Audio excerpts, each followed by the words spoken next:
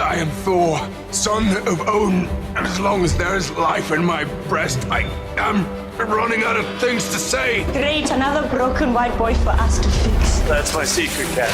I'm always angry. You took everything from me. I don't even know who you are. With great power comes great responsibility.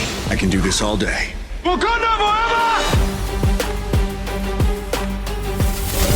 And what's up, y'all, and welcome to yet another episode of the yet-to-be-named MCU podcast, brought to you by the good folks of For All Nerds. And as always, here in the captain's chair, it's your boy, DJ BenHameen, a.k.a. the Big Red Dread, a.k.a. Black Adam Warlock, a.k.a. Lieutenant Good Trouble, a.k.a. Bofa Bova. Bofa. Bofa. I should get some Wonder Man. I need a Wonder Man one because I got these Wonder Man-esque shades on right here. But as always, I'm joined by Tatiana King, the Grand Duchess of Tech, also known as the Wicked Witch of the West View, also known as Agatha. Darkness is spreading. And we're back. There we go. Vision Streetwear, Vision for the Streets. Hey, I like it. Let's see that shirt. Oh, you got to hold it up. We can't see it enough. There we go. Back it up. Nice. Yep. Vision Streetwear, for those who know, is a 80s brand, and it is 80s week on WandaVision, so I had to break this out. For those who know about the 80s, you'll understand the Vision Streetwear connection. If you don't, Google it. Okay, I learned something new today. We're back, Vision Streetwear, and we are back to review the fourth episode of, no, not even fourth, fifth? This is the fifth. Fifth. Bro man from the fifth floor. Yeah. Fifth. Oh, yo, my sister once met Bro Man at Denny's in Houston. He's actually from H-Town. Okay. True story. Yeah, both my family have these weird celebrity, meetings like where all it's of you guys do. all of us. You particularly, but everyone. No, my sister too. Trust me. Yeah, Wow. My sister too. It runs in the family. I'm sure my mom and my dad had it for some reason. Wow. Yeah. But yes, Brown Man from the Fifth Flow. We back for the fifth episode. It's WandaVision. What's the basic plot? So this episode is titled On a Very Special Episode, and it is special indeed because we traveled back to the future for the 80s inspired episode of Wanda's Mind. Who knows what's going on? But just as we predicted on the yet-to-be-named MCU podcast you're listening to now, the twins, Tommy and Billy, jump up and grow right before our eyes. They experienced all the joy and pain you could muster in 10 years, but in a single day. Vision is tired of the shenanigans. He is over it, but Wanda is determined to keep everything a happy home. But only the unexpected arrival of Uncle Petey, that Uncle Petey, saves the day. Or not that Uncle Petey. It could have been another Uncle Petey if MCU. Could have been a lot of Uncle Peteys, but... Facts. Or does it, right? We don't know. So we're going to get right into it. As usual, this episode, directed by Max Shatman, teleplay by Jack Schaefer, who is the creator and showrunner of WandaVision. Writers include Peter Cameron, Mackenzie Dorr, and Cameron Squires. Nice. So let's jump right into it. Themes of the episode. I like that big booming right there. Yeah. Themes of the episode. On that. And I know everyone loves it because they're like, thank you for explaining what the fuck is going on. So the biggest theme that we want to talk about right now is the idea of altering reality or altered reality. As we've been discussing over the course of our 4 episodes, we've been kind of going back and forth about trying to figure out what Westview is. We've been talking mainly saying, is Westview an illusion? Is Westview in Wanda's mind? We had some of these questions answered, right? We realized they are in New Jersey. They're in a town called Westview. We were like, is it real? Is it fake? What the fuck is going on? Well, I believe this episode actually answered that question. So what I took was that neither Westview nor anything in it is an illusion, meaning it's not fake. There were a few times, particularly Dr. Darcy, where she explained that everything in Westview is solid matter. From Wu, he explained all those people are actual real people that are being held captive. And what we're really seeing is that reality has been altered to Wanda's perception of what she wants, what she wants to see, how she wants to live, and she calls it her home. Okay, I'm gonna go with that. So we're all right. So we definitely we crossed out the idea that this is all a dream. or that they're all dreaming, right? Yeah, and that's a big. I know that's a big story cop out when you write, right? Like, yeah. Well, I mean, it was not all a always. dream. Because I wasn't even thinking that it was a dream in that sense. I was thinking that it was well, I guess that would still be a cop out. It would still be a cop out. Yeah, if everybody in Westview was just sleeping and then they all woke up like, woo, that was wild. Damn, that edible was strong. That hexagonal edible was strong as fuck. If you know, you know. Yo. Okay, so I guess that would be a cop out. But my question is, earlier in a previous episode, we had them say that radar, all kinds of dar is not, helping out. They found nothing when they scanned it. Now, the reason why we found, but let's go into why. Everything that you mentioned, LiDAR, sonar, well, what's not sonar. They were very specific not to use sonar. Oh. All of these pieces of tech or technology protocols, whatever you want to call it, they're all more future tech, quote unquote future tech. Not to say that they may not have been used prior to not those. Analog. Their time, they're not analog, they're digitals. Yeah. So anything that's digital or made before the time of the current episode in WandaVision, it doesn't work or it gets altered. So, give you an example. Remember again when the agent was underground and went through, and his rope, his harness that was tied to him changed into a jump rope. His shield outfit changed into that beekeeper outfit. The drone changed into a toy. Monica's outfit changed into that wild ass 70s fish print that she was wearing. It's not that it's not that it doesn't exist. It's just that anything that doesn't match up with what's supposed to be there, at least in Wanda's mind, it gets altered. It doesn't work. Actually, it does. I mean, it doesn't work the way as intended. But I mean, like, let's take that further. Monica's suit still is bulletproof, right? This is true. So does that mean that little toy helicopter can still fire missiles? Did it have missiles on it? Now, I know the big drone did, but did that little toy have missiles? I mean, I would assume. I thought it was just a reconnaissance. And that was Monica's own personal drone. I thought it was just reconnaissance. No, but that one wasn't. Okay, that gets into another thing about what time is going on and stuff, because we're not sure if that was Monica's own drone or if that was the helicopter that Monica tried to fly in on the first time, or exactly what. I know for sure that helicopter, that toy helicopter, was indeed Monica's original drone that she flew in. It was the same. Okay, because then Monica comes in afterwards of what you're saying. But what about all those other drones that S.H.I.E.L.D. was throwing up? I mean, like what happened to them? Where did they go?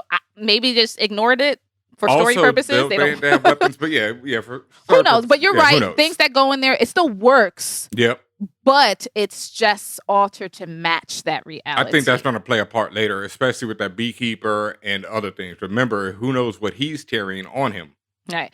Further to that point, Monica does suggest that if they send something to the Hex that, again, like I said, it just matches what should happen in that era. When it was if it was the 50s, it has to look like something from the 50s. We're in the 80s, it has to match that. But if they send something to the Hex that does match the current episode Wanda is in, it's not going to get changed. And that's how I feel they're able to get that email through to Vision at work. I assume that they did that, and how they got that drone from the 80s through. The fact that it worked exactly as they intended, and it wasn't, I don't know, sent into some random realm. What do you think? I think, no, that's exactly how they got the drone through. Is that email from S.H.I.E.L.D.? Yeah, that's where you threw me off. I'm not sure. I mean, Sword. Sorry, I apologize. Sword. Is that Sword's email? I wasn't sure, but so. I was just like, and this could be subterfuge, right? Like, because as soon as Monica and them had that conversation about, well, what if we send something that matches? The next scene was that whole scene with Vision at work and the email coming through. So I assume that was probably part them of it. testing it. Yep, you're right. So why does it affect the townspeople like that? Is it shocking them out of? Why do they turn into that whole for the children type vibe again? That shit scared me, and I didn't know. Right. And also at first I thought, I was, and I realized later I was tripping. I thought it was only the men saying it. No, I was like, wait a minute. But everybody was saying it's because I only saw the men at the computers looking. The women were talking to each other, but repeating the same words. If you actually pause or zoom in on that area, they're speaking to each other, but they're all saying the same words. And I'm like, what? Now, why does that happen? It's still a disruption of that reality, right? Like, even though it technically fits, emails would fit in the 80s and all that stuff. Emails like that CompuServe look type shit. Yeah, sure, it fits, but is it just is it still considered a disruption? Is it a disruption of Wanda's powers? All right, now since we're still on this alternate reality and still in this scene, let's talk about this whole thing with Norm, right? Because this is trying to bug out and really buzz me out. Okay, yeah.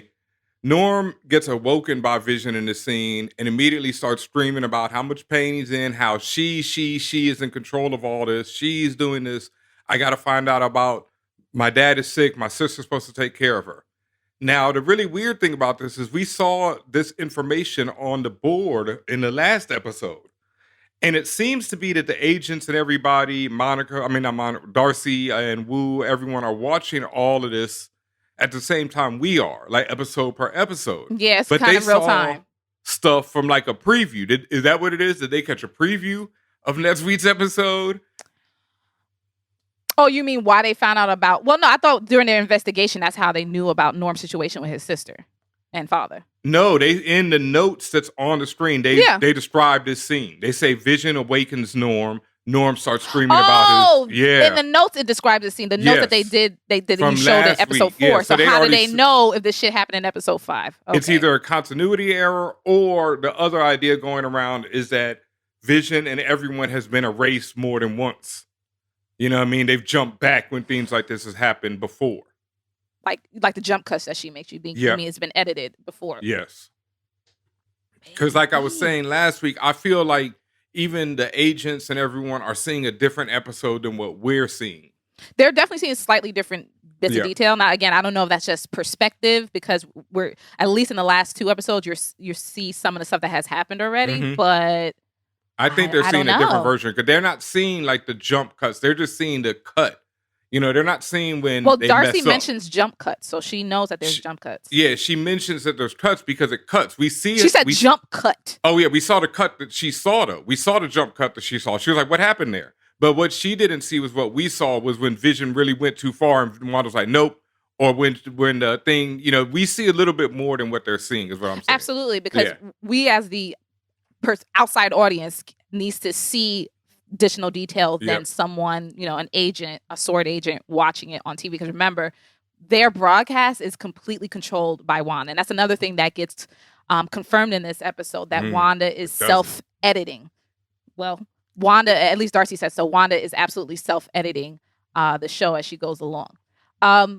All of this stuff about alternate reality brings up a very interesting conversation that you and I had a couple episodes ago or maybe 1 episode ago, where you brought a good point. What the fuck were those cops talking about in episode 4 when they said that they were from Eastview? Now, again, this could just be a throwaway, another red herring. Mm-hmm.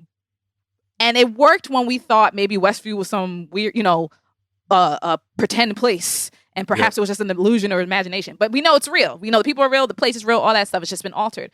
So is Eastview real? Are those cops Hydra agents? What the fuck who are these people? Or does that even matter? I think for now we'll just have to, you know, wait and see. I think that's one of those. That's what I mean way to say I ain't got an answer for you, Doug. Dog, I say, I ain't got no clue on that one because that threw me off way too much before, and I'm not gonna sit here and try to figure it out right now because I don't know. You know, they said they're from ECU. Their mama said they're from ECU. I'm gonna let them be from ECU. Yo, mama said you was from Eastview. You don't know. Another, and also in the area of alternate reality. Wanda says she doesn't know how this all started. Ooh, big clue. Big time clue. Big key. Major key alert. Big cloth talk. But she keeps getting things, she wants as we continue. So she keeps maintaining the hex as they have titled it. The WandaVision anomaly, they have the nickname or the alias that Dr. Darcy has came up with is the hex. All right, now you're saying she keeps getting the things she wanted, or is it she's getting the things that someone else wants for her? Both. So the reason why I say that is because if you think of it in a Wanda comic, never wanted kids. Let's go back to that. If you think about it, that's why I said both. But listen, if you think of it in the comic book / MCU context, at least in both of them, you know, Wanda always wanted Vision. She always wanted, not always, but once they got together, we really loved each other. They always wanted to be together. She wants to stay with him, blah, blah, blah. Homeboy died twice, all this stuff. She wants him. She then, apparently, and again, this could be the truth, or I think it's true, but again, this could be also be something they throw you off. You see Director Haywood show the video of her bursting into Sword headquarters and taking Vision's body. That's because that's something she wants, potentially. Now, again, if we take that to be true, if we take that to be that really is Wanda flying in there and abducting a whole body, then that's because that's something Wanda wants. Wanda wants to be with Vision. She don't want to go through this traumatic event no more, the traumatic time in her life. She's running from it all. She's building this whole self-quarantine. That's something she wants. Okay, fine. Agnes or whoever else is who I believe is part of the manipulation of Wanda, they constantly keep showing up to help the charade, to help it continue going. Regardless about whether or not Wanda wanted kids, depending on which version of Wanda you're talking about, the fact is she wanted to be with Vision and have a family. She wanted to be with Vision and live that life. Yeah, whatever. That's what I mean. Whatever version, it don't matter. At the end of the day, she wanted to be with man, so she wanted to live that life. She came up with this wild ass suburbia, perfect life with perfect neighbors and kids and all this other stuff. See, I think what Wanda wanted is Vision back alive, right? Okay. Beyond that, I think all of the rest of this is not of her control.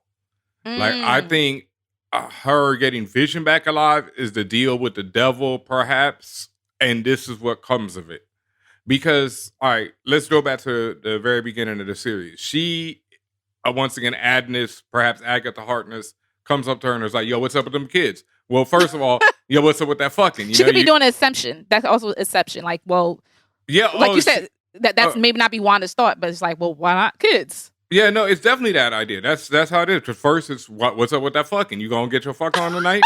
You know, here. She said that. I got the Cosmo. You know, I know how to. You know, let's read these articles. Boom. Then the next episode, you know, have you thought of schools yet? Boom.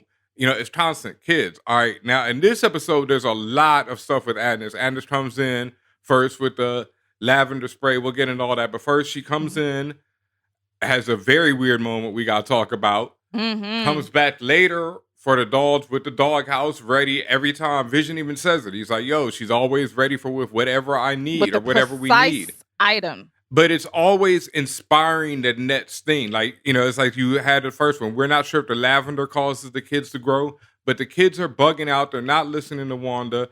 The solution would be to have the kids grow so they're not crying little babies anymore, right? Yeah. So is Wanda the showrunner and Agnes the director? No. I think Agnes is the showrunner and Wanda is a staff writer. A very talented one. It's like, okay, you want that to happen? Okay, I'm gonna put that in there. Yeah, but yeah. And then she goes up and they're like, "Oh my God, look how great Agnes is!" You know, because I guess it is kind of it's like Wanda's the star of the show. That's what it is. Wanda is the star of the show, and Agnes is the showrunner. And they're like, "What do you want to happen this season, Wanda?" And she's like, "I want to get around with Vision." And they're like, "All right, well, what if you have kids?" And she's like, "I don't know about all that." Well, too bad. That's for the ratings, baby. Go out there and let's make you a star. As we continue, as you were talking about Agnes, and you mentioned that scene, that very first scene where things are starting to go awry again is where Vision basically becomes like, extra dad. And it's like, well, I don't think you should be touching the children, all this other stuff, your germs, blah, blah. At that point, she hesitantly and I to me almost scaredly asked Wanda if she wants to take it from the top. Agnes is breaking character. She is just in front of both of them without masking it, is saying, "Oh, do you want to do that again? Because he's supposed to just let me take these kids." What is going on there? What do you think is happening there?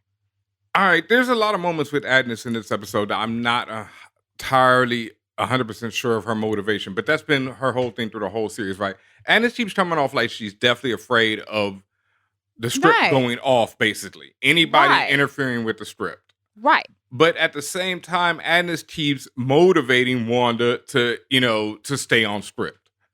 So it's like, is the script written or y'all writing it as y'all go along? Which one is it? I think the script is written and Agnes is not the showrunner. Agnes is a showrunner dealing with a hellified producer, one who is on her ass, like, where's my money? Where's my goddamn returns? Was that supposed to be a pun about the hellified? Hellified. Big point about the hellified. Yeah, Okay.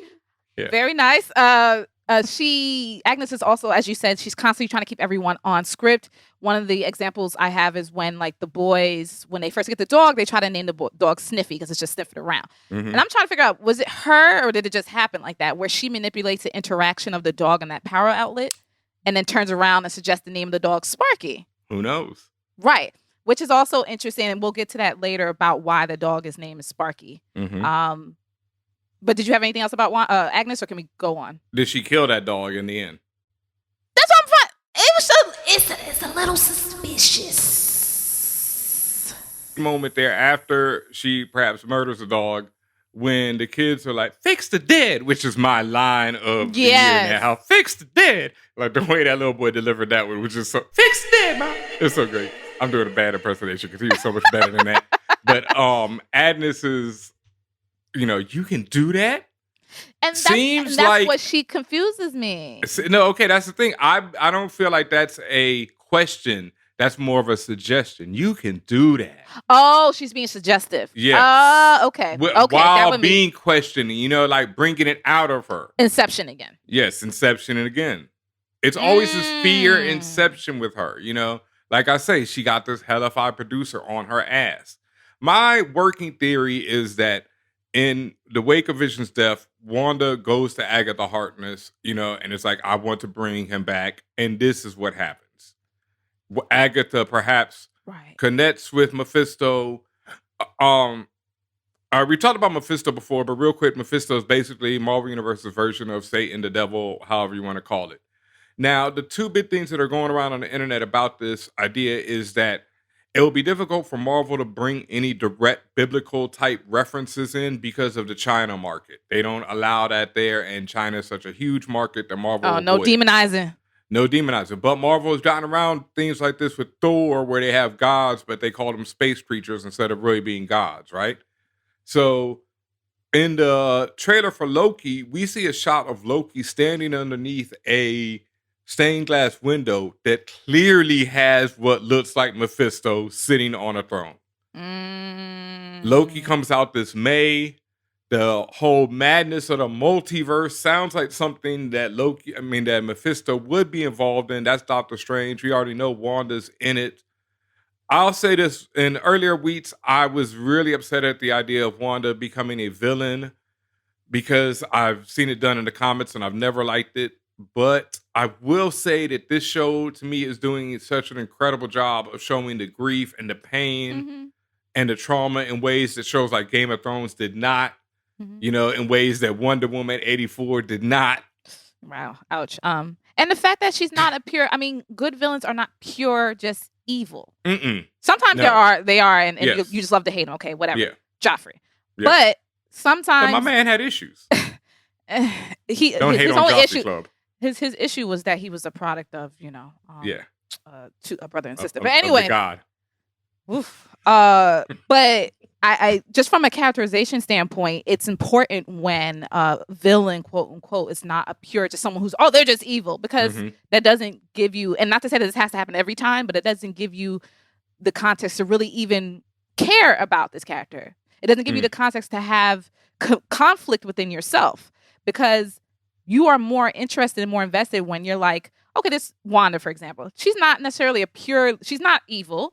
She's not purely bad, but she's doing things that are not right. And she knows they're not right, but she has her own motivations amongst other things. And you can sit there as a watcher and be like, I kind of feel where she's coming from. It gives you another dimension to when you're watching a show. It gives you another dimension to understanding a story and why a character is doing what they're doing, which is why it's so important, at least for me. It's like a real good, look at what everyone's favorite Killmonger. Was he completely a bad guy, quote unquote? What else? A lot of people say what? Oh, I kind of agree with him. They had to make Killmonger choke out of grandma just to make sure that people knew. Just to know he's the bad guy. Yeah, right? Because otherwise, it's like, I pretty much agree kill with his dog. Girlfriend. Don't forget that. Yeah, that too. He had to kill some with black women and to make sure, okay, we know this guy's evil. Otherwise it's like, And also when he pulled off the shirt, I was like, okay, You killed a bit too many people to get to this point, fam. Yeah. So I bring that all back to what you're saying about Agnes, and I think what you're saying sounds right about, like, this is probably another one of her exceptions, because perhaps she is pushing Wanda to bring something back from the dead. Perhaps this is just a grand design from Mephisto for Wanda to open up some type of gate or some type of situation. I'm thinking that's what it is. It's for Wanda to weaken the bonds of the multiverse so that the madness of the multiverse can happen. And that's what we're seeing, with Uncle Petey. And once again, everything just keeps escalating, right? Wanda has the kids. In comes Agnes. Grow these kids up real quick. Put these kids through some trauma. Kill us all. Oh no, the kids are going through trauma. Oh, now the kids asked about death. Oh, now they're like, oh, where's your brother? He's dead, right? You can fix that. Fix that. Fix that. Boom. Yeah. Multiverse breaks down by bringing in Pietro from another universe. Yeah. Here we go. That's brilliant, right? And then you just reminded me just the fact that... Not me, the people who wrote this shit. Well, I'm just the fact that out. you're talking about it, the fact that you are making the connection, that's brilliant. And yes, the people whose idea this is, if that is indeed true, is brilliant. But that's not what I'm trying to say here. The part that you remind me of is the fact that when those kids did age up, it was all in front of Agnes. Oh yes, and everything. She didn't bat an eyelash. No, now, remember, yep. all the they were hiding a lot of the weird stuff that was happening from her. But as we get closer and closer, there's no more hiding. Even at one point, Wanda says so. Like, technically, Agnes wasn't looking, but Agnes knows. Agnes saw when she got the dog tag collar. That's the point. It's like, not only that, it's like she knows, and the only thing she cares about is keeping it on script. It's not about anything else. You can do whatever magic you want. In fact, do your magic. Just let's get this going to where it needs to go, because that's all it's about for her. Yeah. And then we, from the other episode, we were explaining, or you did a good job explaining it, or continue to explain why, Wanda is an OP character just in general, because if you think about it, she has all the power. She has all the power. She's basically all the Infinity Gems and everything. And at least in this show, in this WandaVision show, they kind of limit it to like telepathy and mind control and shit like that. But if Agatha is indeed saying, "Oh, you can bring people back from the dead," and if that means the MCU is giving her this, at least some of the same powers as in the comics, that also stands to be true. That if she reanimates the dead, that means all previous memories are wiped, right? Because Vision, at least in the Hex, says he can't remember anything prior to Westview. I think that's okay. That could be several things, right? That could be Vision just being a robot. That could be a nod to the comics, right? The scene where Wanda comes in and we see her busting in the Sword headquarters and we see Vision all laid out is a straight up recreation from West Coast Avengers number 43, which we talked about, I think, issue 45 last week, where we see the white Vision. So that's when he comes back from being disassembled. But in 43, you see him laid out. I mean, my man is across two different rooms, like skin over here, brains over here, organs over here. And that's when I was like, all right, my man definitely got, down there. If he got up here organs, right? Like, but of course, the dude who's doing this and disassembling them is the writer-artist John Byrne, who was saying he didn't have things down there. So that's why he was doing this whole thing. But that whole scene is straight up out of it. So now you have Wanda all bugged out. She's doing all this. That's another thing we don't have any answers for yet. Yeah. That's okay. My two thoughts on it though is Vision doesn't remember anything because he's been recreated from that moment, right? Yeah. He's been reset from that moment. Yeah. The other side of it is that just like Wanda says, I don't know how any of this started, which is the biggest clue in this whole thing. It's like a dream. In dreams, you never remember the beginning or the ends of dreams. This you is remember true. when you wake up, and not even that. Usually you wake up and then you start remembering parts of the dream and stuff. You're like, oh yeah, that happened. And then but she knows who she is, and she remembers her life before Westview. Vision does not. At times, it seems. Whether it's at times or not, she does. Or if she's always just faking it, it seems to know, yeah. She could be faking it, she could be true. The fact is that she still has those memories. Vision does not. That's so fucked up. Man, that scene was so hard, boy. That scene when they were screaming at each other, oh my God. Yeah, with the powers and Paul stuff. Bettany and Elizabeth Olsen. Elizabeth, doing work on this show, yeah. Absolutely. I don't know who he said. I'm scared.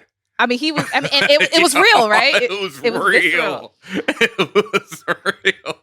Yeah. And that's the thing. Like, some of the questions we're asking, for everyone listening, some of the questions we're asking, we don't necessarily have the answers to. We're asking y'all too, maybe. And that's what's part of the conversation, why the show is so fun. Yes, definitely. And, make sure you catch us every Monday at 1 p.m. Eastern time on twitch.tv/forallnerds, because the chat is popping. And people are throwing off so many more, theories and stuff. And we're figuring out more stuff. So every Monday, 1 p.m. Eastern time, twitch.tv/forallnerds. Make sure you're there. Y'all like that commercial? Just like WandaVision. Yeah, right. So, continuing on the whole altering reality theme. In the intro of this episode, we see Wanda and Vision's baby pic, childhood pics. I thought it was fucking hilarious seeing Vision's baby pics, because it's basically baby versions of, Big Red, of himself. Yes. In reality, Vision would not have childhood pics because he was created, at least in MCU, he was created by Ultron. He was created and fully formed.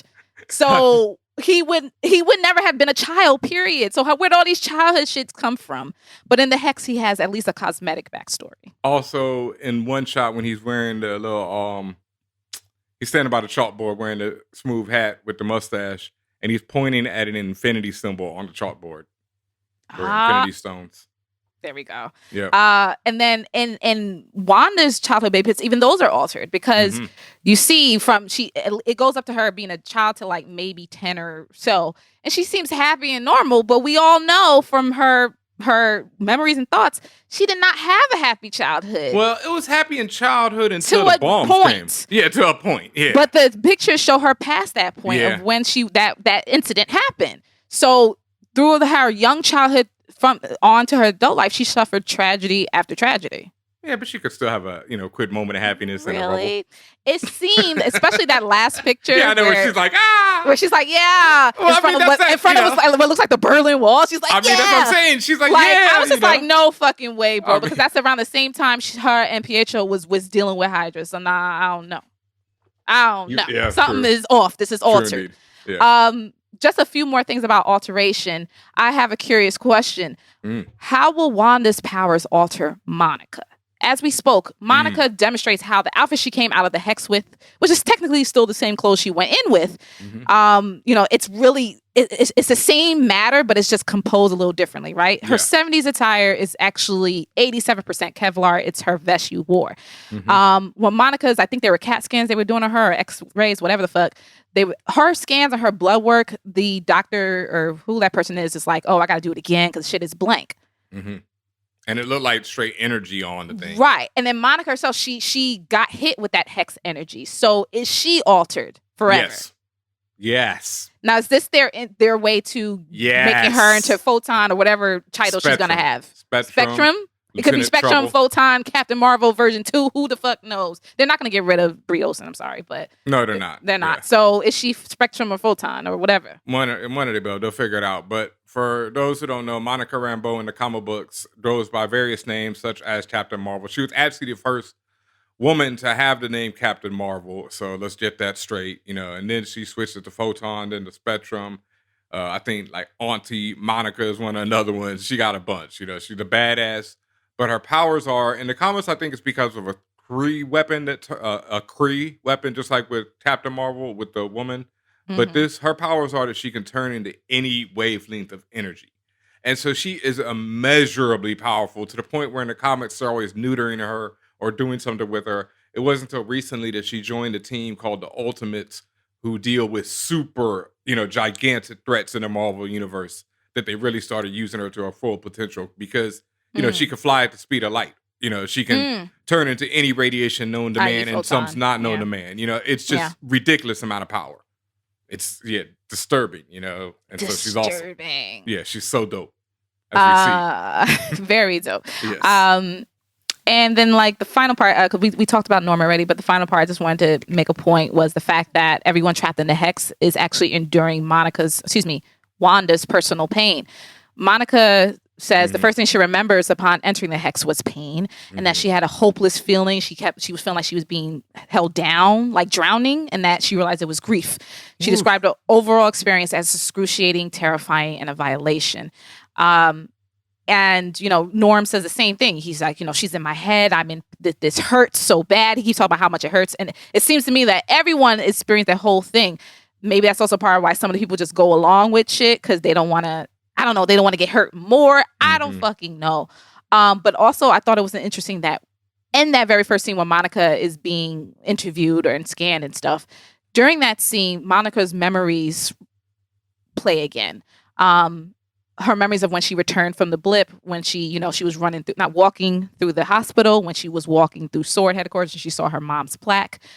And to me, it kind of dug up all of the trauma that came along with reliving those memories. Mm-hmm.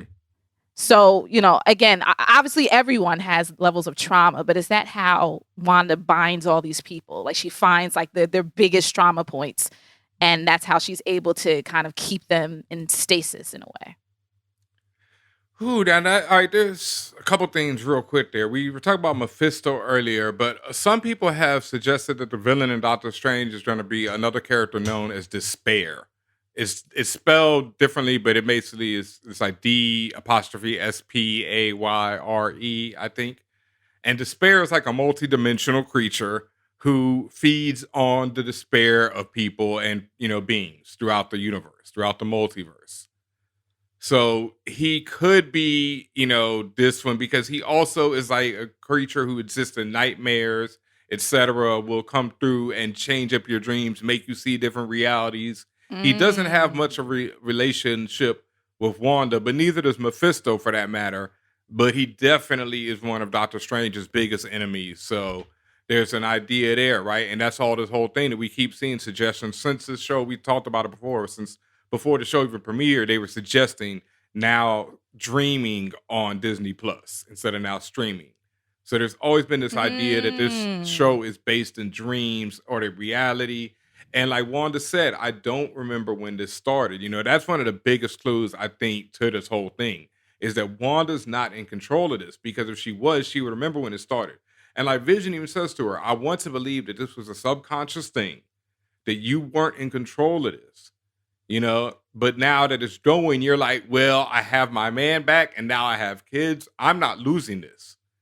I've lost too much. And then right when things are breaking up again, here comes your brother. Right. He said, that's convenient. Yeah, and she's that's like, weird. But she keeps saying, and I don't think she's lying to Vision when she says, I don't think she's lying either. Yeah, I'm not in control of this. This is not me. I get it. You're not believing me because, the evidence to the contrary, and I've shown that I'm in control of this somewhat. Yeah. But in this instance, this isn't me. And once again, who is always showing up with what they need right when they need it? Agnes. Who is most determined to keep her on? That is a fact, BenHameen, which again leads us to another theme of the episode about kids. Kids! You can't control them no matter how hard you try. That is the exact quote that Agnes, Agatha Harkness, whatever she is, says. And while she's sipping on that yak, that she claimed that she wasn't going to drink herself, but she over there sipping on it. Right away. Right away, she says that, and then I'm just like, okay. As soon as she said that, I was like, okay, everything else makes sense. What did we keep asking, BenHameen? As soon as they were in Westview. What did Vision ask? What did Vision ask? Where the are the kids? Once again, let's talk about Paul Bettany real quick. And my man's like, where are the kids? No, don't give me that bullshit. Like, he was acting. He says, I walk to work every day. I pass by the playground and I see no chillins out there. My man was hurt. He was hurt. You could feel it. Like, he was like, dog, this ain't right. Like, Vision love the kids, so where the kids at?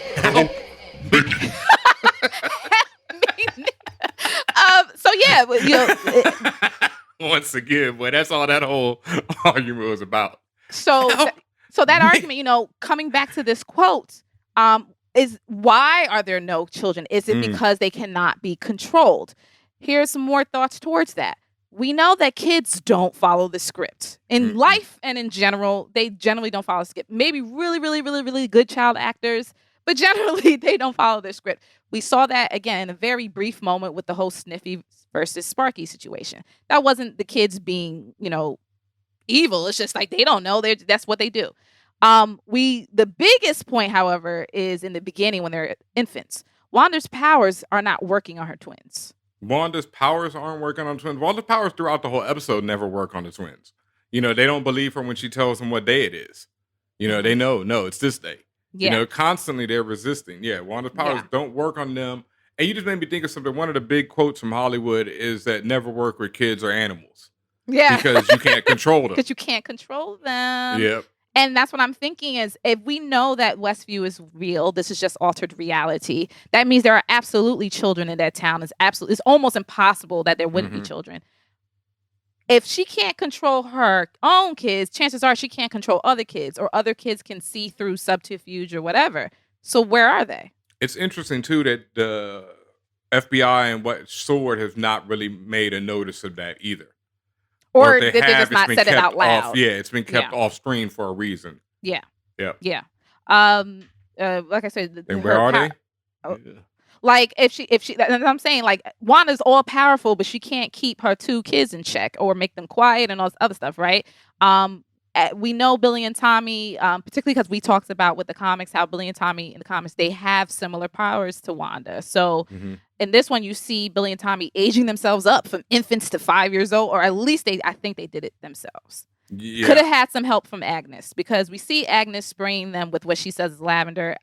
I didn't know if that was just part of the joke or she was actually spraying them with something to help unlock their powers. I don't know. A good question. That's a good question, right? So after that, they age themselves up again to 10 years when they want to have the dog. Which is also pushed by Agnes, hard body, because right. Agnes comes in with the dog house like, oh, you need somebody to keep this dog. Yeah. You're keeping it. Let's give the dog a name so you really grow attached to it. Boom. All this is Agnes. Like, right away. The other reason why I was just like, okay, maybe that's why you don't see children at all, because she can't do nothing with them. Kids can see through lies. In real life and on TV, they see when you lying, when you making shit up. They really, it's really true when they say kids are your heart, because they know almost organically, like if an adult is not a good person. Usually, not all the time, but usually they can tell. You notice when kids, they're just like, I don't want to be with that person. They don't like they vibe. You know what I'm saying? Yep. So in this, you already made that point. When Tommy and Billy asked for their father, Wanda tries to say he's at work. Tommy and Billy like, girl, it's Saturday. And she's like, no, it's Monday. And that's why I'm like, that's a dead ass lie, because the twins are like, nah, because they tell her, they're like, nah, fam, it's Saturday. And instead of trying to still convince him, Wanda just changes the subject. Yeah.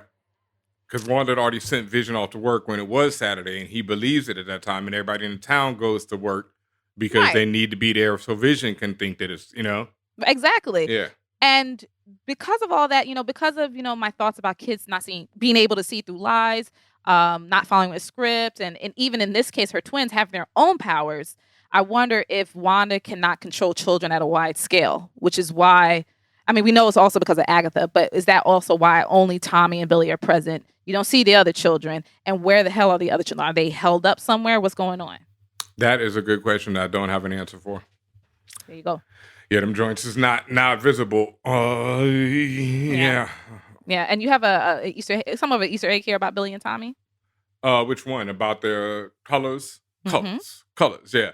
Well, as we know, as we talked about before, Billy and Tommy grow up to be the characters. Tommy grows up to be Speed, who is super fast like his uncle Quicksilver. And Billy grows up to be Wiccan, who is a magic user like his mother. And that's something we haven't really talked about yet, because we talked about how, her mutant side and how she has these mutant powers, and in the MCU, some type of altered power or whatever it comes from, the Cosmic Cube, and the Infinity Stones influence power. But in the comics, Wanda is also a student of magic, and her mutant abilities allow her to tap into magic more easily, but she studies magic and becomes a sorcerer as well. And so that's why, Wanda casts spells as well as has magic. And I think that's something that's going on right here. But back to the twins. Tommy is Speed and Billy is Wiccan, right? So Tommy is dressed in green, blue, and silver, which is straight up Wiccan. Speed's costume, and Billy is wearing the red and blue, which is Wiccan's colors. And then the other, like we talked about how they push the rays from the dead. Like, it seems like everything just goes along not a cycle, but everything for a set purpose. Like, Agnes is like, okay, you gotta fuck, you gotta get pregnant, you gotta have these kids, so the kids can say, we want your uncle to come back, so dun dun dun dun dun dun dun dun, down the line. You have to have marital relations. Yep, marital relations. Yeah. Get to know each other biblically, as they say. Yes. Yes. And then one of the final themes we have is about family is forever. Wanda says this to Tommy and Billy when explaining, or in my eyes, lying about why Vision is at work, which also leads to a conversation about Wanda's brother. As we know, that's a huge sore point for Wanda. Monica got yeeted out of the Hex because of her comment about Didn't that man get Ultron. capped? Yeah, like who said it? Your brother got capped by Ultron. Like, bitch, relax.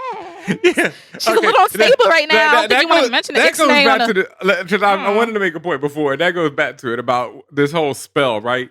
Remember Mrs. Hart in the first episode? She seems to break out of the spell when she realizes her husband is dying. And that's like we see the camera switch up and it goes to that one shot instead of the, so the whole spell breaks right then, right? And we've seen that again. We see that a lot in this episode when Vision bugs out like, yo, what's up? When she's like, hey, do you want me to redo this scene? And then the camera switches to one shots of everybody because it's like, the spell is broken again. Yeah. So I'm thinking that this spell is the type of thing that people, when they're under it, they are under it. Like we see with Norm. Like my man is just straight up Norm. He is Norm in thought until something disturbs you out of it. And then you are like aware. So I think Monica Geraldine was like shaking in between it.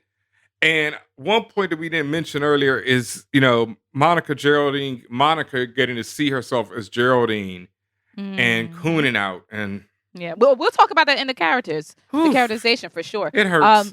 And well, first of all, I always gotta say Ixnay on the Ultron way, like don't talk about that yet. you might not want to get hurt by Wanda. But facts.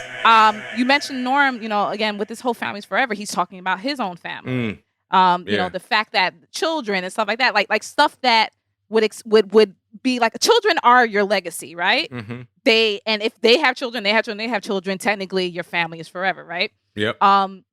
Within this family forever thought, two people in Wanda's own family are technically dead, right? And they reappear in Westview, Vision and Pietro. Yep. In a way. In a way, right? So it's just like she's maintaining this idea that they can live forever, even though she knows in her heart they can't. Particularly in Vision's, in the case of Vision. All right. On that note, this is something that the agents and Wu did not see. They never saw Wanda see dead Vision. You know what I mean? Like they never saw that grayed out Vision. Yeah. Yep. So that type of thing is like... Did they or did we just not see them see it? No, they would have been like, yo, my man! That's not a moment, that's like a moment you talk about on the water cooler in the next episode. When they were sipping that coffee this week, they still would have been like, yo, but remember Dead Vision? No. They would have still been talking about it. No, they did not. That's what I'm saying. There's certain stuff that Wanda is only seeing in this reality, or that she's only allowing her to see and the rest of the world not to see, So, I don't think they see Monica get yeeted out. Remember, they don't. They see they see it cut to the credits. They see Monica say some stuff, and then it cuts to the credits. It's the jump cut, so they don't see her go through the walls. So that's what I'm saying. It's very interesting how this whole, while it's meta and everything, it's still something about it where she's still only allowing certain things to be seen, or someone. I don't even think it's her at this point is only allowing certain things to be seen. But that also just begs my other question is like, why is anyone seeing this in the first place? Why is it just because the side effect of these waves? Well, like I said, I think like if we said when Darcy measures or analyzes this, she says it's all the CMBR, this radiation essentially. It's all this radiation, but then a broadcast signal. I feel like that signal broadcast signal is Wanda's life force. Like trying to escape it, like letting people know that this is happening. Something potentially. Okay. Yeah. I mean, there has to be some type of out, right? Like, yeah, maybe she says she don't want to get out of it, but she also says she don't even know how shit started. So it could be a cry for help, could not be she's going through episodes, literally. Facts. Literally. And like we said, the very special episode for people who, I don't know if this kept going on to the 90s and 2000s, but definitely... It definitely did. The 90s for sure. Yeah, definitely Family in the 90s. Matters? Yeah, Family Matters had a very special. My favorite, though, was the Family Ties or Growing Pains. There's a clip of it where I actually saw this recently, where it's the one with Michael P. Keaton with Fox. Keaton, that's Growing Pains with Michael J. Fox. Sorry, not Keaton. Michael J. Fox. But Tom Hanks shows up as the drunk uncle. And my man is getting hammered to the point where he tries to drink vanilla extract to get that liquor. Look it up on YouTube, y'all. It is, and I don't know how I saw it recently. I don't know where I was, but recently I saw this episode and I was crying because Tom Hanks is trying to get hammered. And it's a very special episode. Nigga drinking rubbing alcohol. I remember when Will Smith got caught with the joint, when Fresh Prince got caught with the joint in his locker. Oh, yeah. Yep. Yeah, that was his very special episode. Oh, or Carlton with the gun, though. Who could, come on. That was, yeah. Don't do drugs, kids. Yeah, when Carlton was about to cap people and he got capped. Yo, yeah. Carlton trying to be gangster was hilarious. Yeah, that was a great episode, though. Come on. Oh, my God. Yeah. Okay, so those are all the major themes that we wanted to discuss. Now we're on into the characters that we meet, and maybe some new observations of characters we already know. Yep. The biggest one is Uncle Petey, as you called him. Yes. Pietro Maximoff / Quicksilver. Darcy makes, to me, again, great writing, a brilliant comment where she said she recast her brother. She recast Pietro? She recast Pietro because it's literal and figurative. Mm-hmm. So, and again, this episode does there's so many meta moments. Yeah, so we called this one. Geez, fucking call this one. Yeah. BenHameen, I think specifically, but we fucking call this one. So let's give y'all some math right here. Listen. So in Marvel and Disney, MCU stuff, we all know that her brother's name was Pietro and that Ultron killed him, right? In that movie, we're talking about real life, he was played by an actor named Aaron Taylor Johnson. Aaron Taylor Johnson, just for shits and giggles so you guys know, he played the title character Kick-Ass, which was, I actually love those movies, Kick-Ass 1 and 2, which is a comic by Mark Millar. I like the movies, whatever, Ben. We'll continue. 2 was a little weird, but yes. And as we all know, there's been several versions of all of these different characters because different companies have owned some of these characters. Yeah. When it comes to Fox and X-Men, they also had Pietro Maximoff, but they called him Peter. They wanted to Americanize it. You know him from like Days of Future Past. He was also Quicksilver. That actor that played him, his name is Evan Peters. At least in the Fox X-Men storyline, that Quicksilver is still alive. Mm-hmm. And funny enough, I know Evan Peters from American Horror Story. Yeah. Up at the early season. I mean, he's brilliant. Absolutely brilliant. Yes. Chameleon. Chameleon. He's good. Yeah. The cute thing about him is he played a character called Todd Haynes in the movie Kick-Ass, who becomes friends with Kick-Ass, and he also becomes a superhero with the name Ass Kicker. Yeah. Less said about that, the better. But the reason why it's cute, but the reason why I bring that up is because they went through 3 different dimensions of meta right here. Mm-hmm. The real life characters, their real life friendship, their characters' friendship in other superhero movies, and then the fact that they play the same characters in 2 different companies' iterations. And then also the other level of meta that we talked about of the recasting of characters and just being like, oh, here's this new actor playing him, and boom, and in the sitcoms, like we talked about the On Viv, and then light skin, dark skin on Viv. Light skin, dark skin on Viv. And then also the other level is the very special episode where the weird uncle with a weird accent from out of nowhere shows up. You've never seen this character before, but suddenly somebody got a brother or sister, and boom, and they come and they're here for a few episodes, and then they change something up and they teach you a life lesson, and then they fly right out the window again, only to be seen like 3 seasons later. Yes. And you made a perfect call about the fact that, this is your hypothesis about how Mephisto's potentially using her to open up the multiverse and all this other stuff. His arrival would say, okay, he's from a different universe and all this other stuff. Is he though? But let's say he is. Yes. This is also the Disney/Marvel MCU canon explanation for what happened in real life, which was Disney's acquisition of 21st Century Fox. Yes. Because they acquired Fox, they acquired not the news side, but all the other shit. They acquired all those assets, including ownership of all the characters. Mm-hmm. And the reason why they even had 2 Quicksilvers in the first place is because Quicksilver and Scarlet Witch were Avengers as well, and they became mutants later on. So the deal was, as long as the MCU didn't refer to mutants and the Fox CU didn't refer to Avengers, they were fine. So that was their initial deal, but that's why Fahey had Quicksilver killed off by Ultron, so there wasn't much confusion to deal with. And now he has the option of using any character that, from either one. He can use, Evan Peters. Aaron Taylor Johnson might show up later on in this series. Who do we know, Oh my gosh. Yeah, this is getting weird. And my question about this, is this really even Pietro from the Fox CU, from Fox Because X-Men? what was with that weird accent, right? I loved it. Oh my God. Is that just part of the whole 80s Yeah, episode? is that just him being him under the spell of Westview? Is that another thing? Is it like Pietro is now under the spell, so he talked with a Jersey accent just the same way that Monica Geraldine talked with that crazy ass, that blaxploitation accent. Yeah, that blaxploitation, for lack of a better word, will be nice.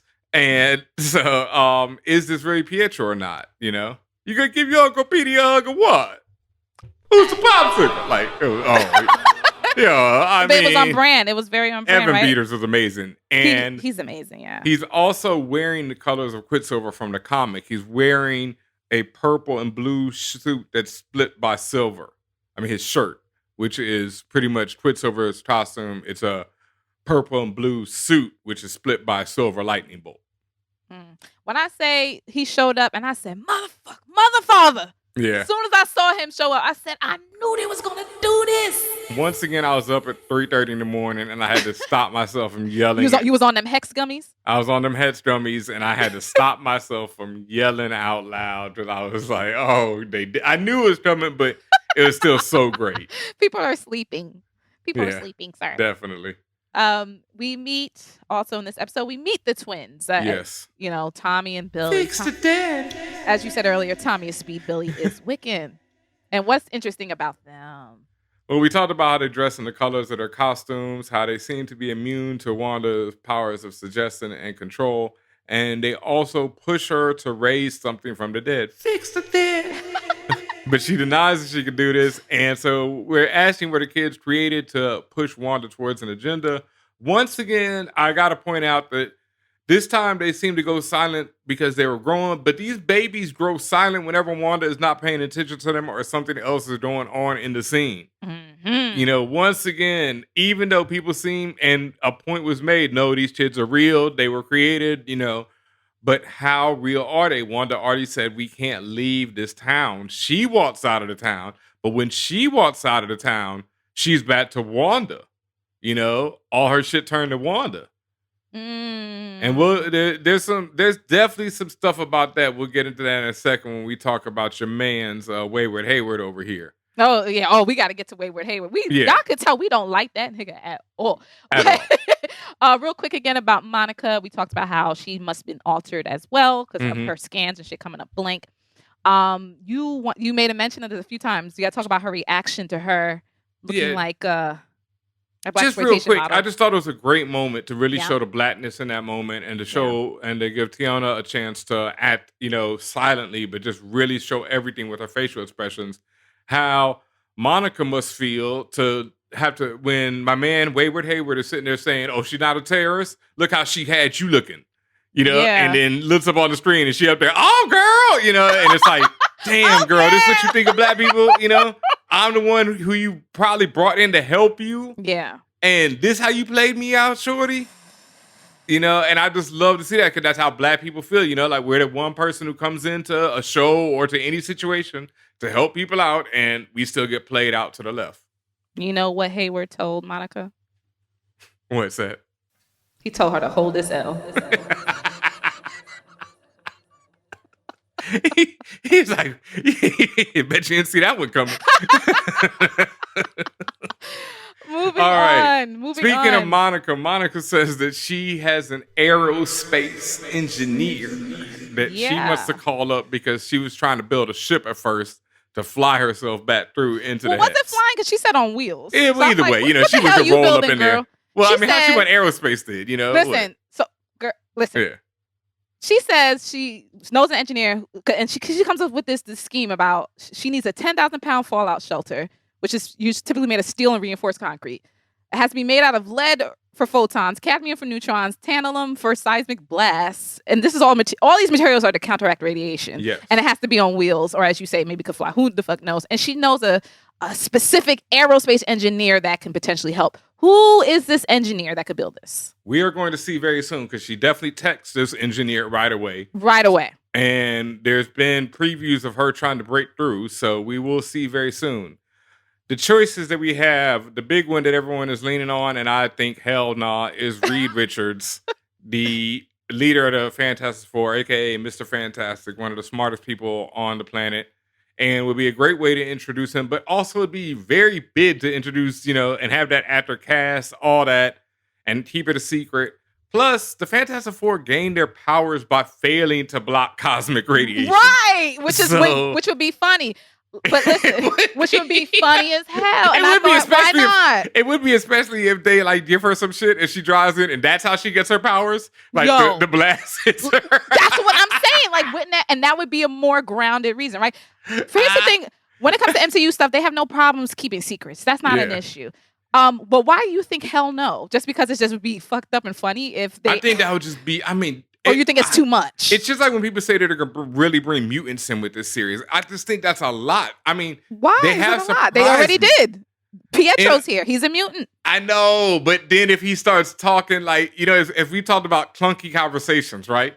If he starts talking about, I'm from another dimension and, there we have mutants and there's Magneto and it's like. Well, they're not going to be clunky like that. They could say, well, where are you really from? Well, in my world. Yep. There's mutants. That's still. If he just you says don't that, you don't even have to fucking say the word. In my world, we do things a little bit different. In my world, we use different terms. You don't even have to verbatim say mutants. If you didn't want to, they could, because they can, but they don't have to. Okay, so if this show is really just laying everything out for the next 5 years, yes. And from what I've understand, folks, this is some information. Tiana is one of the people who they are resting the MCU on. Ooh. She's got a big, long contract. Oh, so she's taking that Captain Marvel. Yeah, it's her and Miss Marvel, the woman they cast for Miss Marvel, and I think someone they're introducing in Winter Soldier are people who are they really banking on, to be some of the next wave.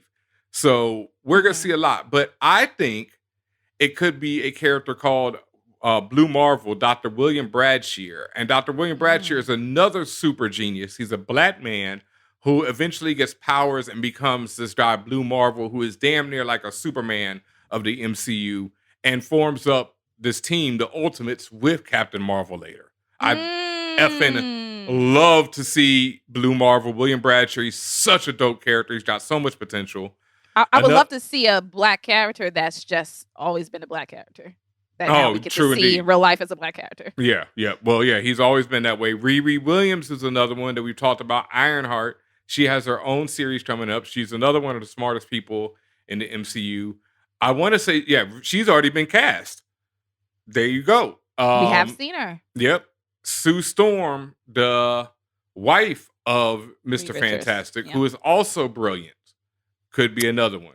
And all these people can be considered aerospace engineers. And yes, and why not? And look, this is a universe. She was very specific to say aerospace engineer. This is a universe where Ant-Man started out growing and making things growing small, and then suddenly built Ultron. Things happen. They figure it out. The last one is Agent Brand, who's the head of Storm, not ever considered an engineer. I'm probably just gonna edge that one off. Not gonna happen. The head of who? Storm, not Storm, Sword. Oh, Agent Brand is the actual head of Sword. We talked about her before in the comics. One thing that I will point out, while I think it's not Reed Richards, is people have looked at the Spanish translations for the subtitles, and she is mentioning a woman. She's saying it feminine? She's using a feminine pronoun. The feminine pronunciation.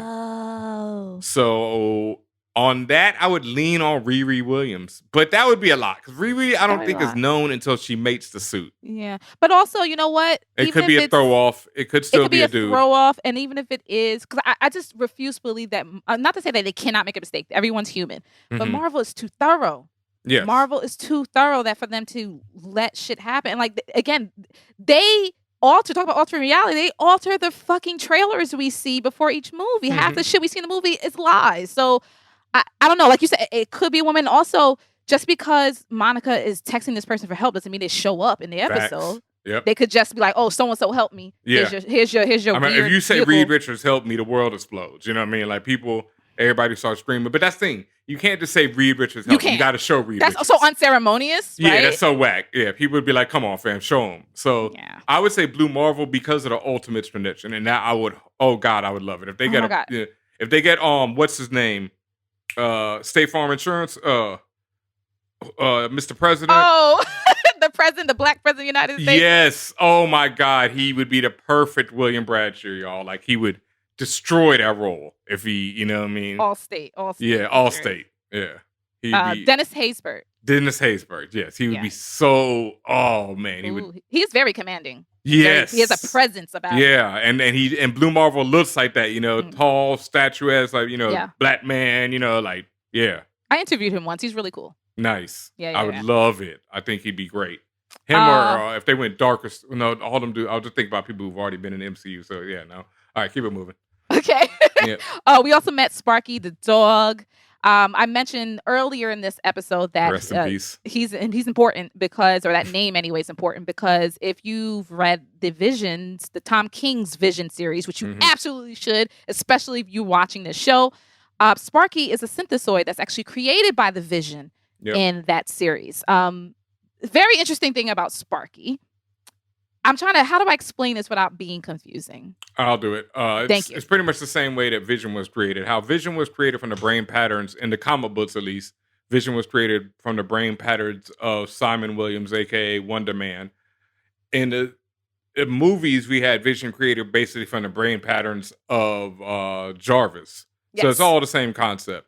Okay. In the comic books, Zeke is a dog belonging to Vision's neighbors, George and Nora.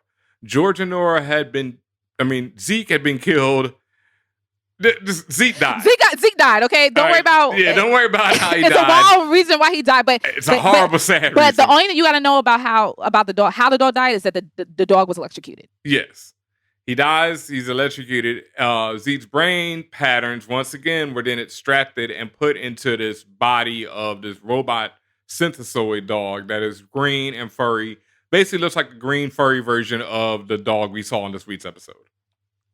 Yes. Yes, Sparky. And we also saw, Sparky almost damn near get electrocuted himself. I thought he was going to die.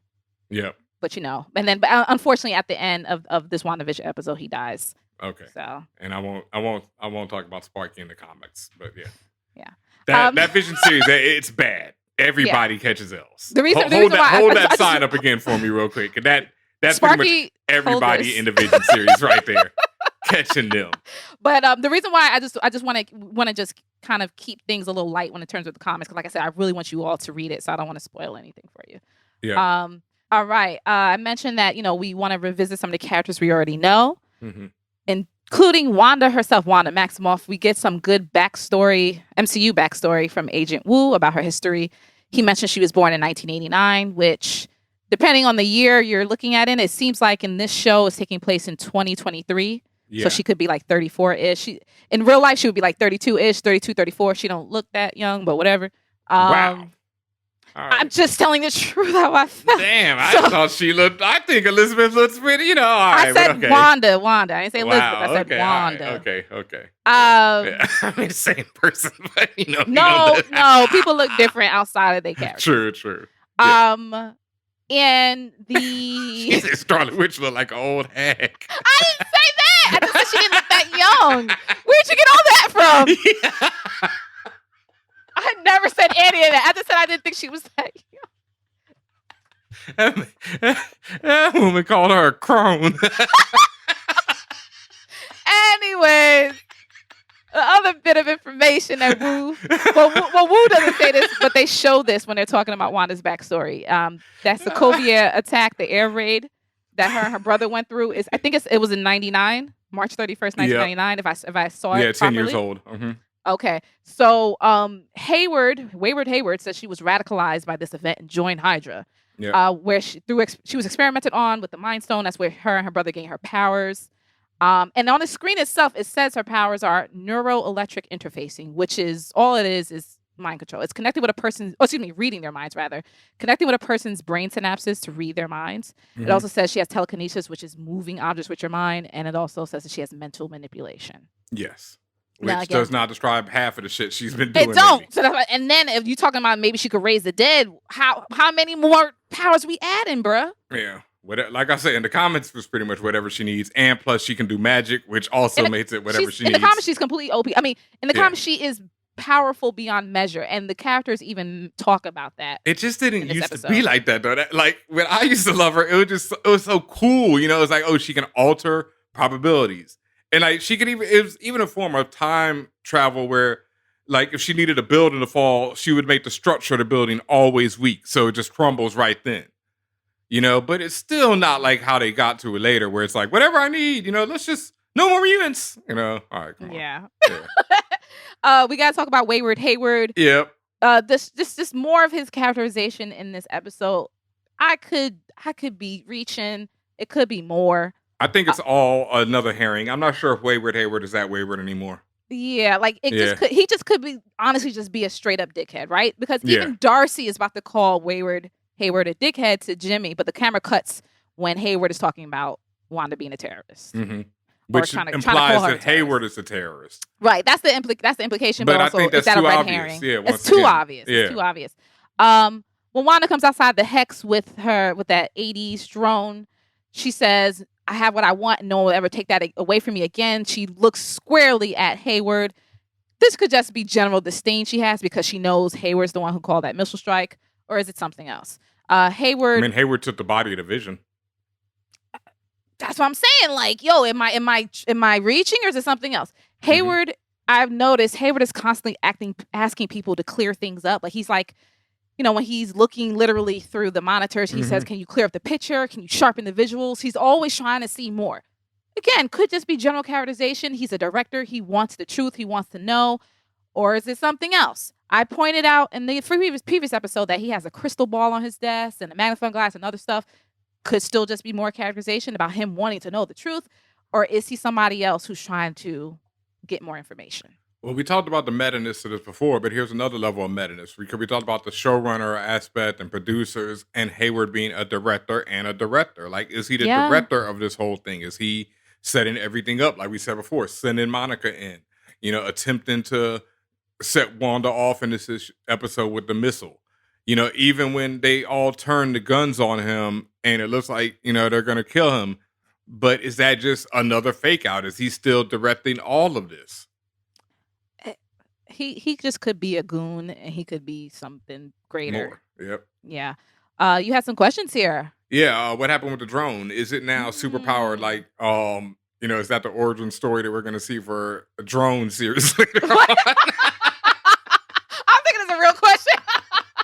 I'm like, this dude's wild. Oh my, no, on to a real question. What about the barrier? It's now Starlit colored. Once she goes back in after giving her ultimatum to everybody, she goes back inside. I always love that one. I got an ultimatum for you.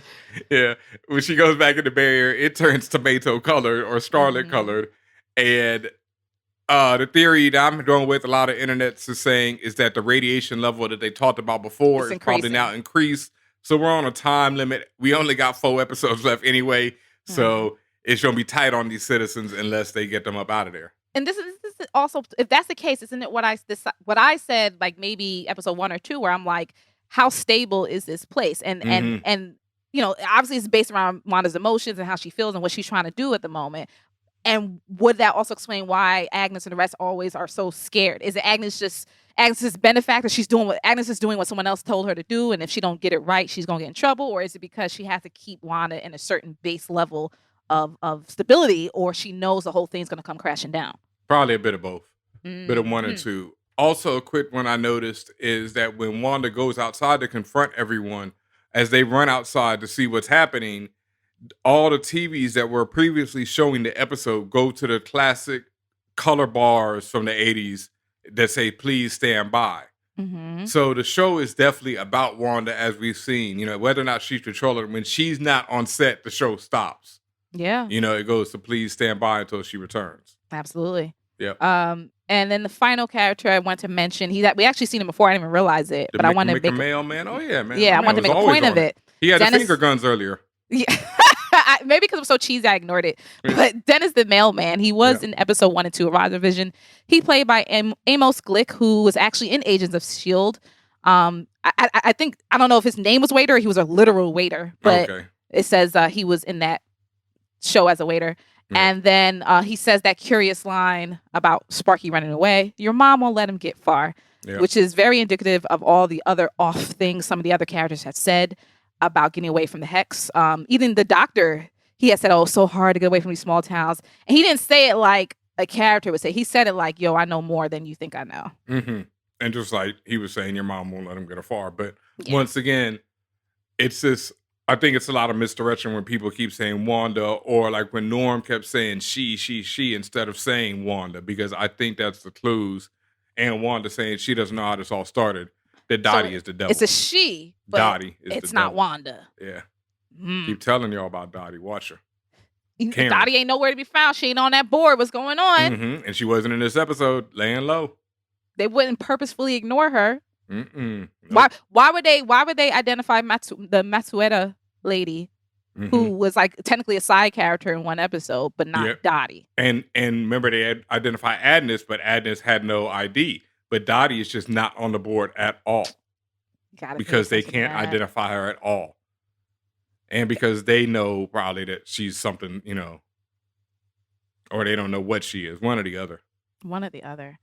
All right, so those are the characters. Let's talk about the commercial. The one commercial that pops out, especially one that it happens right after the barrier goes scarlet red. Cold. This is cold. Ice. Yeah.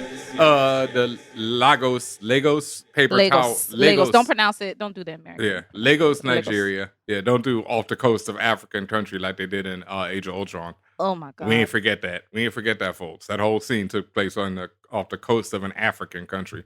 Lagos. But how did they pronounce in this episode? They said Lagos or something. Lager. Yeah, like it Lagos. Lagos. Yeah. I was just like, it was it hurt me. But go ahead, continue. Yeah. Well, Lagos, Nigeria, and the Lagos commercial refers to the incident in Captain America Civil War where Wanda accidentally killed a bunch of soldiers while trying to get rid of Crossbones, who had the suicide vest on him. She flings him upwards, and the explosion kills a bunch of people, including building, some people from blows out a whole floor of a building, including I think 2 delegates from Wakanda, which leads to the whole Black Panther being involved in everything. Right. It also led to the UN creating the Sokovia Accords and the rift with the Avengers that she has. The commercial says, "For when you make a mess, you didn't mean to." Oh, it's just so grimy as they wipe up the red, that. Which wipe is up the blood. Yeah, which is blood. Oh my gosh. Yeah. Husbands can use it to, reference the Vision, because Vision might have made some messes in his past, or maybe he was made a mess of and you need to clean Visions up. It could be any of those. I had a question about that too. Is this also in many ways Marvel's own way attempting to more realistically deal with collateral damage, quote unquote? So like in a lot of superhero movies, and even Marvel themselves up until at least a certain point, historically collateral damage, which is people that are killed, things that are destroyed, the stuff that's not part of the main story, that's collateral damage. The after effects and all those things that come along with it. Basically, all the things related to the after effects of the actions of superheroes have generally been ignored, unaddressed, or swept under the rug. That's typically been in many superhero movies, and it has happened in Marvel plenty of times. Well, that was the whole point of Age of Ultron. Yeah. Was that, Marvel was trying to, because also there'd been the huge reaction to Man of Steel, where you saw Superman just, letting the city be destroyed. So that added on to, people went back to the Avengers after that and were like, well, the Avengers did the same thing.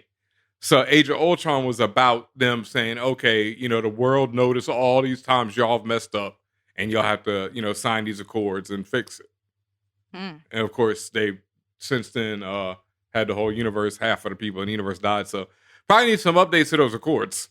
Yeah. Yeah, they might have been right. You know what I mean? Like, when you look at it, but if they didn't act, Thanos would have just kept moving. So, it goes both ways. While we've had 5 episodes of WandaVision, not every episode has had a commercial. We've had 4 commercials thus far. And there's lots of interpretations of what these commercials really mean or represent. One of mine is that the commercials are just different manifestations of Wanda's grief. Definitely. So the Toastmate, when Wanda Pietro's home was bombed, their parents died, the whole situation with Stark and how they hated him. Yep. The Strucker Watch, representing the experimentation done on them by Baron Wolfgang von Strucker and his Merry Hydra men. Hydra Soak, brainwashing and manipulation done by Hydra to her and Pietro to hate Stark. And that wasn't them, but just continuing that. They added on to it. And then as you mentioned, the Lagos brand, Wanda's fuck up in Nigeria that killed innocent civilians. And I also saw it as the word brand, the brand that Wanda wears, her scarlet letter for being a murderer. Unintentionally, but still a murderer. Yeah, now those are definitely true interpretations. Another one that I saw on the internet, I did not come up with this myself, and I definitely do believe it's quite true, because I think we're going to have what we've had 4. I think we're going to have 2 more commercials, because we know episodes 8 and 9 are like the pure MCU action flick that we've been waiting for. So we basically got 6 and 7, so for 2 more decades. So I think we're going to have 2 more commercials, and so all the commercials seem to be relating to all of the Infinity Stones. With the Toastmate, you see the center with the red light in the center of it, or the face that was on the toaster, the Mind Stone in Vision's head. The Strucker Watch refers to the Time Stone and time. The Hydra Soak is a blue box shaped like the Tesseract, the Cosmic Cube, which is also breaks down to the that's where the Mind Stone. I don't know. I always get that shit confused. Remember, MCU switched a lot of shit up. Yeah, I always get it confused which stone is which. But yeah, the Cosmic Cube. And then Lagos, we see the red, formless thing, which refers to the ether, which was this formless red thing from Thor: The Dark World. Oh, wow. So I think we're going to get 2 more commercials to refer to the last 2 stones. And these creators, like the creator Jack has even come out and said that one of her worries was that they were just throwing too many references on this show. Well, that's if you even know that they're references to begin with. Yeah. But that was my thing. Like, I felt like the first 2 episodes were so many references versus story, and that was her worry as well. Yeah. But I do feel like now they have done it, very well overall. Excellent. Let's get into these Easter eggs and wrap this up, B. Facts. The biggest Easter eggs that we've seen was all the 80s TV show intros and the 80s lessons and 80s approach and this was just all me. This was all me. This is all you, sir. Yeah.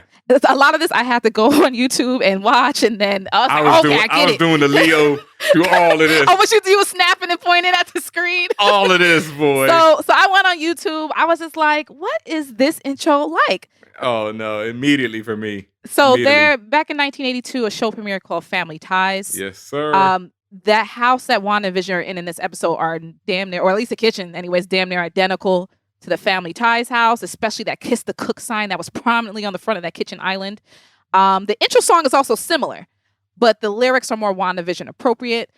You have double entendres in the song. Like in the beginning of the song, it says, "You wander the world with a vision." WandaVision. They talk about forces trying to pull them apart. The forces to me is Sword and who else the fuck knows.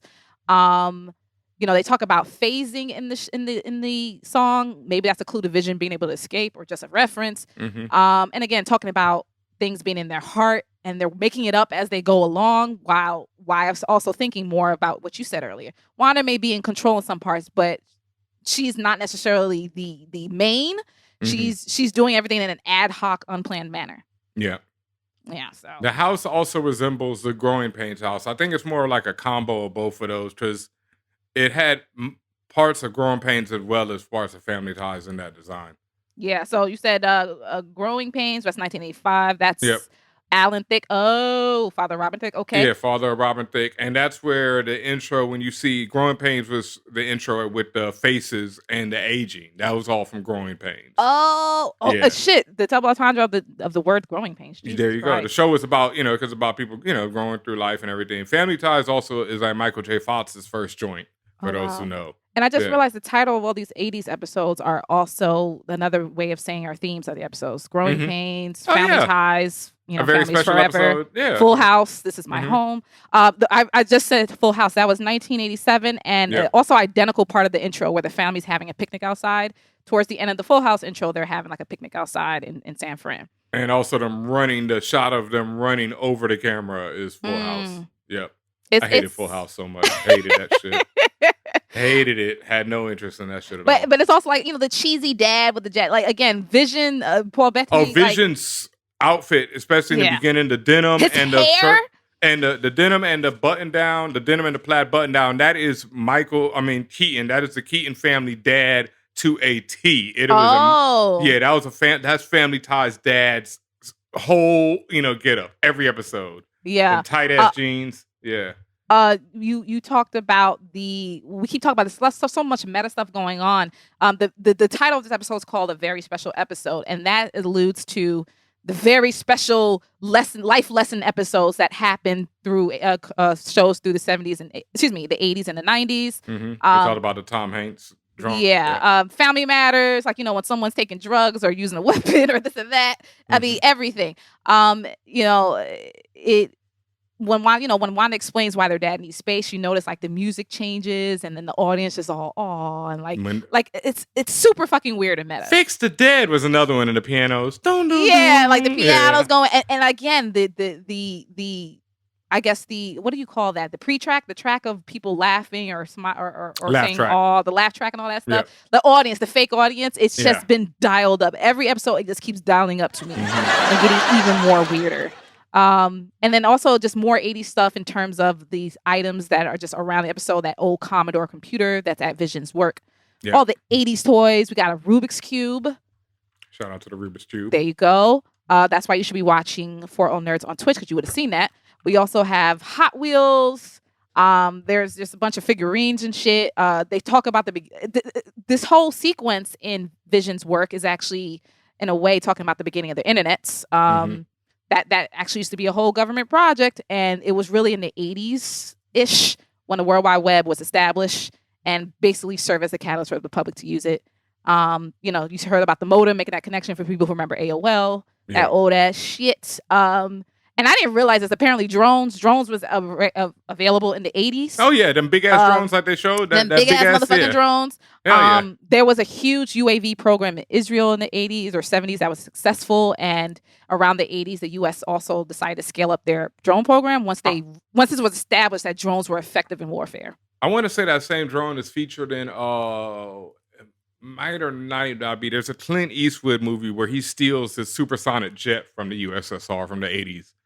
They even made a video game about it. It was a dope. I played the video game way more. I never even saw the movie, but the video game was fly. It was a dope fighting, jet game. Oh wow. Yeah, and I think they had drones in that like that, but I'm not 100% sure. Wow. Yeah. And you made an observation about one of the newspapers. Oh my God, yeah, the newspaper. Every episode, there's been these newspapers, and they always have these ridiculous headlines on the front and an ad for a television on the back. Every episode, same time. So the television is always drawing people more, like we've seen the television ads and everything are drawing people into this world. While the front page is always something ridiculous, but usually relates to Wanda having kids. Like we saw one where it was fire hydrant with, 2 new fire hydrants introduced, 2 new Hydra, introduced on Main Street, which was when the twins were born. In this one, we say homemaker creates new recipe, which is her creating these new kids. But the interesting thing to me was in the small print above the headline is another one that I had to pause real quick to see, and it said more information about the lights above Westview. So is that a sign that people in this town are finally getting information? That's the military installation with the lights. Yep, it is. What are they talking about? Yeah, or it could be them seeing the shimmering effect. It could be one or the two. As you say, it could be unstable, destabilizing. So we'll see. That's all the 80s stuff. There's meta fanboy debates that are baked right into this episode. Mm-hmm. Monica says Wanda could have taken out Thanos on her own. As you know, even on our show, we've had these conversations before. People all over the world have had these conversations. Yeah. Monica says no one else comes close. Agent Wu says he'd argue that Captain Marvel came close. We noticed that comment strikes a nerve with Monica, and both Wu and Darcy notice. Mm-hmm. And you made a good point here. Captain Marvel wasn't there when Maria died. No. So maybe Monica is angry at Captain Marvel. I mean, imagine if you got a superpowered, friend who that's your mom's best friend, and she doesn't come back and save her from cancer, with something you would think these aliens try to cure for at least. Yeah. That's some messed up shit. I don't know. The Easter egg, more Easter eggs. We're wrapping this up. The aspect ratio of the broadcast of the hex versus the real world. We tell y'all, pay attention to how the visuals look, and really even how the screens, the size of the screen. In the real world is more letterbox, widescreen, theatrical style. When you're in the hex, when you're inside the WandaVision world or the reality, it's classic like 4:3 aspect ratio. Yep. And you made a mention about the camera switching up a lot. Yeah, it does a lot. Like we saw this in the very first episode when the reality started to break down when Hart was choking, and it went to single shots, which you just never saw back then. It was always the wide shot that showed you everything in the typical sitcom. And in this, it's done that a couple times now, but in this episode, I mean, it is rapid. Like they're in the wide shot with the kids and everything, and then when she's like, "Yo, do you want me to run that again?" Boom, we're on single shots of all the characters and everybody's stressed. The angles are really weird. And then as soon as, the laugh track kicks back in, the baby start crying again, we're back to that wide shot again. Then when Wanda and Vision are arguing at the end, and Wanda's like, "Run the credits." And the credits start running. Then when they walk into the next room, as soon as they walk into the next room and the credits stop, the camera switches up completely again. Even though it doesn't switch to the letterbox, it's more of a widescreen effect again, where we're back in what seems to be them breaking the spell. I love though once they rose up on each other and they went into the classic, 80s wireframe. Yeah, like being rose up by wire work. That was so great. So it was, man, that whole fight was just, it was a lot going on in there. The arguments. But yeah, the camera switches up constantly to let you know what world we're in. Also, I love how before the spell breaks, there was like this slight technicolorist, like 80s view to everything where the colors were slightly off. It almost looked like that 3D effect of old school 3D, but it was just how TVs used to process color back then. So that was a really nice touch. It's just visually, they're doing some stunning work anyway on the show. Audio too, everything, because they've done stuff where, like I talked about before, how they've compressed audio for certain things. Like the black and white episode, the audio is compressed throughout of it. Good. That's why it sounds slightly different. It sounds off in real life or, high def TV. Yep. Wow. Yeah. Not playing. Vision is reading something special to his. Yeah, he's reading the Descent of Man it's a book by Charles Darwin, and he's reading it to the twins, trying to put them to bed. The interesting thing about it is the book, which is something. Thanks, Vision. You're such a computer. Yeah, the book discusses many related issues, including evolutionary psychology, evolutionary ethics, differences between human races, differences between sexes, the dominant role of women in mate choice. Which I think is why, why they were having him read that. I mean, there's a lot in this book that could be related to the scene and everything that happens in this show, but I think that's one of the reasons why they mentioned the descent of man. And also just the descent of man could be interpreted as a descent of man into hell. Again, these devil, Beelzebub, Mephisto references are running rampant. I think they're gonna worry about China later because it really seems to be leaning hard into this. Like, they're gonna make it happen. Well, listen, they still don't have to say the devil. They can say this nigga Mephisto that he ain't right. Alien being, and that's all they gotta go with. Again, this is just more Wayward Hayward being a dickhead. When he's like, no funny nickname when he's talking to Agent Woo. Agent Woo's giving a history of Wanda. I noticed that in the MCU, they mainly don't really use code names or aliases of the characters. Like, but people are known as like Captain America. That's known. So Iron Man is known as Iron Man. But like Wanda's comic book name, Scarlet Witch, you've never heard them refer to her as Scarlet Witch. I think because it sounds so trifling, like calling a woman a witch. Yeah. And I think that's Hayward definitely trying to dehumanize her. Yeah, he's just continuing to try to paint Wanda as the bad guy, right? Yep. Okay. The dish soap. There's things. I'm telling you, I be feeling like, yo, am I tripping or what? But why would they feature certain things and shot so prominently? Right? There was this dish soap that was on the countertop. Tommy and Billy use it to wash the dog. Vision washes his hands with it. It's called Joy dish soap. But Joy is a real brand. It is a real brand. So I was like, wait a minute, because what did it used to be called? Koi. It used to be called Koi in WandaVision world, but now it's switched to Joy. Joy is a real fucking dish brand. So does this mean, again, is the reality breaking down? Maybe that's it. And maybe they want to present joy in this world now that you have your twins and, you're happy. Stay in this world. Joy. Wash up with it. Wow. And then finally, just could be me, but there's canisters on the countertop. Oh no, I googled and it's not Does just this mean you. something? Mad Okay. internet people are trying to figure it out. Okay, because Yeah. I would just kept staring at it because once again, it's behind Agnes mostly when she's talking. There are 4 counters on the countertop in the kitchen. They have the words or the phrase "the café sucré farine." Those are French words, and sorry for my pronunciation. Those are French words for it's tea, really, but it's French words for tea, coffee, sugar, and flour. Yep. No, Are mad they- people were Googling, but mad people came to the realization it's probably just Yeah. tea, coffee, And sugar, I flour. actually found the real life versions of the canisters. Like you can Nice. go and buy them. I don't know how much they cost, but you can go and buy them if you really want to. Set your kitchen up like Oh, it's WandaVision. $110, and Yeesh. apparently people got a bid on them. So it was people were. Wow. I don't know. Listen, but if you Oh, want, you because can they're from have the them. 80s? Are they like old? Or are they like some vintage Well, this joints doesn't now? look. Oh, this says these were styled by somebody. I don't know. Who knows? Yeah, whatever. I don't Yeah. know. But that's all of the Easter eggs and references I got. I don't think there was any particular music in this episode. Do you recall any? Nah, I don't think so. Other than the theme song, which we already talked about, which Right. was written by the people who wrote Frozen. Oh, Yep. The music from Frozen. And they also Disney wrote connection. Yeah, and they also wrote the animated theme song. I think they've written all the theme songs for this so far. Well, they're doing a fantastic job. And once again, the credits that were rolling were people who created this show.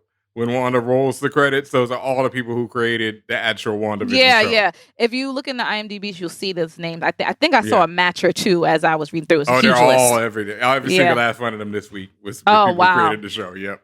Once again, I just think that's so fucking cool. If you worked Yeah. on a project and you actually are in it. It's such a meta moment too, because it's like you created the show and then she's creating the show. It's Yeah. deep. So that is the end of our review and deep dive. This was a big Another one.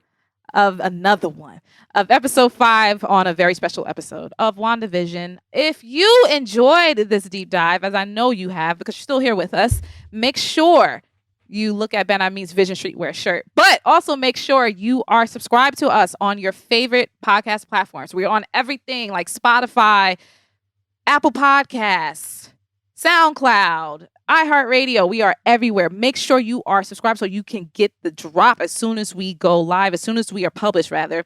And you can listen on your way to your living room because you're not going to work. Make sure you're also following us. And if you have the means, also feel free to subscribe, but at least follow us on our Twitch, twitch.tv/forallnerds. That's how you're seeing our beautiful faces right now and how you are laughing along with us and me holding up my L sign.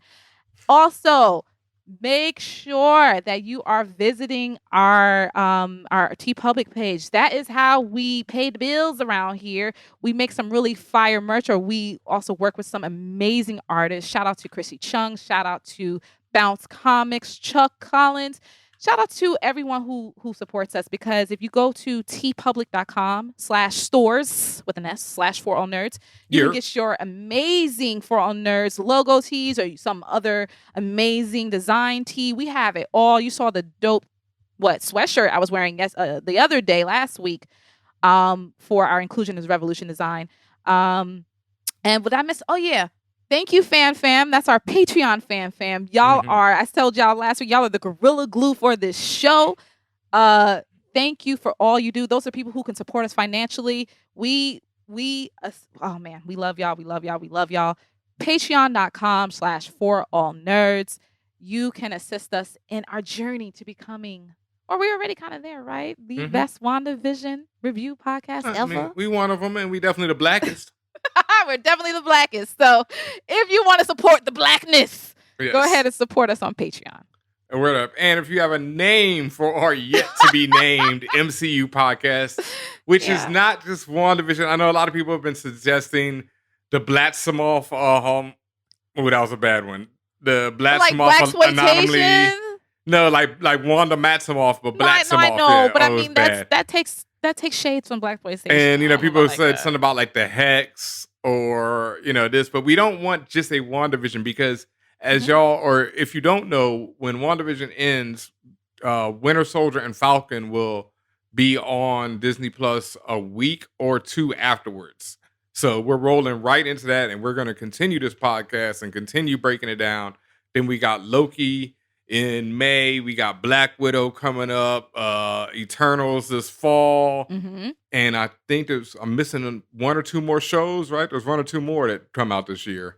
There's a lot coming out. It's a lot. The whole point of this particular part of the Foreign Nerds podcast is we're reviewing Disney Plus Marvel shows. Yes, all of the MCU. Anything MCU related, we are on it. So we need an MCU related name, with some black in it. Preferably black, seasoned. Yeah. Puts a little Laurie's on there, Just a little bit.